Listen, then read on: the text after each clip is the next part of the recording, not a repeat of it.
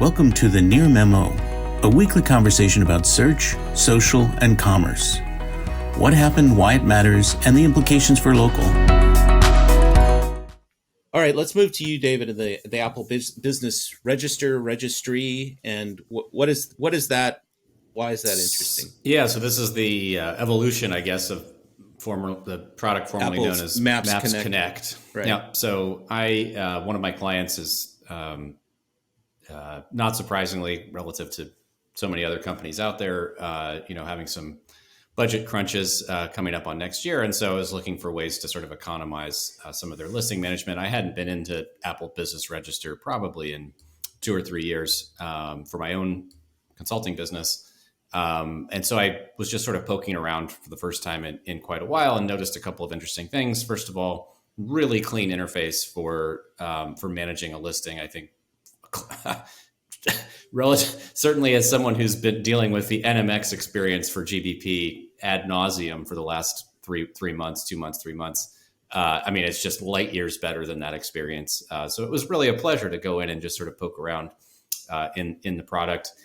It's been surprising to me that Apple hasn't really invested in trying to attract direct management of listings, in particular by enterprise brands in the platform, because they have, I would say, 90% of kind of what they need from a management standpoint.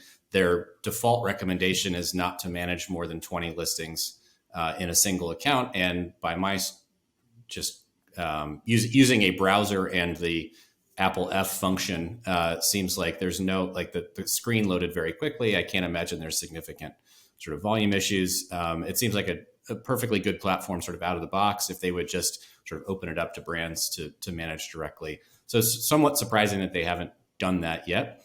I also discovered, which I hadn't realized, maybe Mike had written about this and I wasn't aware, there are a number of, you can access Apple Maps through a browser.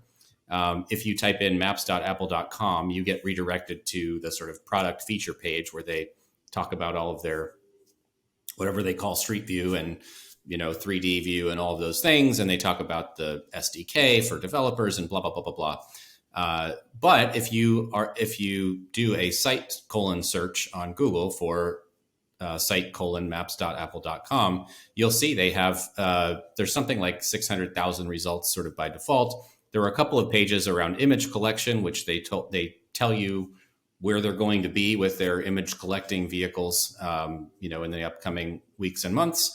And then there were about, when I removed the image collection keyword from that set of results, there were 375,000 places, which all have this AU ID. I assume it's Apple User ID or something like that.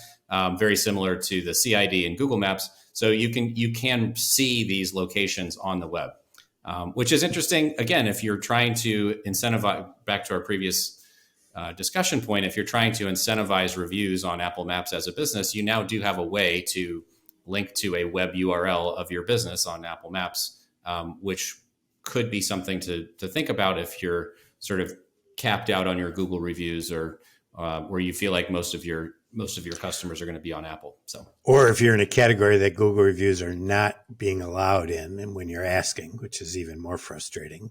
Yeah.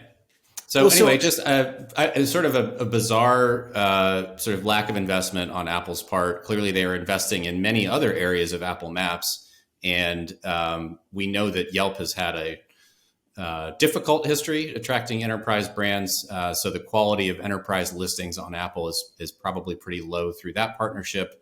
I don't know the efficacy of some of their other partnerships with companies like Yext and Uberall, et cetera, et cetera. It seems like a really fairly easy thing for them to just sort of flip the switch on their current product, which again, if you're trying to compare the Apple experience to the Google experience or the Bing experience, I think Apple wins today by a fair margin. So why not open that up to brands?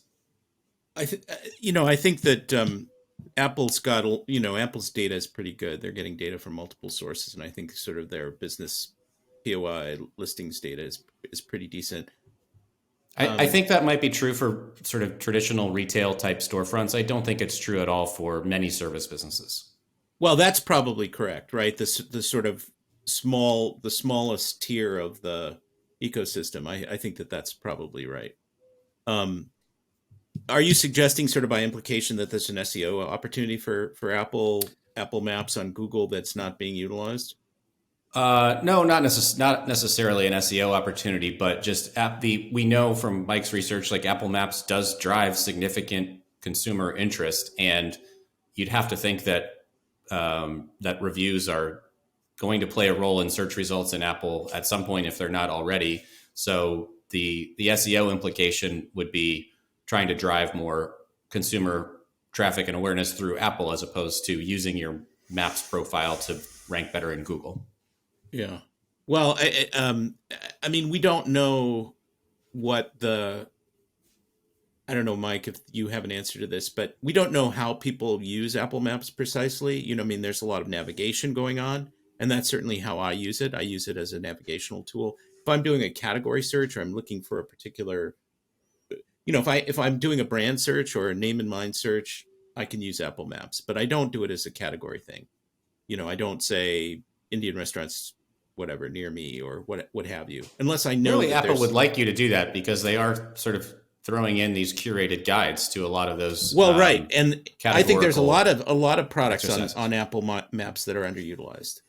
Right. What we don't know is the default user behavior, which is just use the maps, think it's Google Maps, and it's really Apple Maps. Well, that's what their behavior is, and right. What percentage of the total is them, because we are not.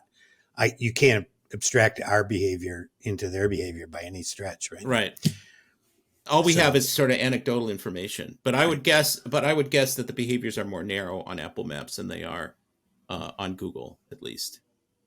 And so it is curious that Apple isn't doing more to promote all these features, both from a consumer standpoint and a B2B marketer perspective. And it may be that they, it's not enough of a, it's down on the priority list for them, but it's surprising given that they seem to be investing more in advertising and. Local largely languished with Google for 10 years, 12 years before we saw significant ad sort of monetization efforts in local. And it just seems like it would be a good opportunity, like now more than ever for Apple, though, with all the antitrust stuff happening with Google, the uncertainty there, the complete abject sort of ignorance of GBP as a product inside of Mountain View. Like, now is a really good time, I would think, to try to start moving some of the potential ad dollars from larger brands who are spending on Google Maps over to Apple as they're releasing their ad platform. So, thanks for joining David, Mike, and Greg. To stay on top of the latest developments in local, subscribe to our newsletter at nearmedia.co. We'll see you next week.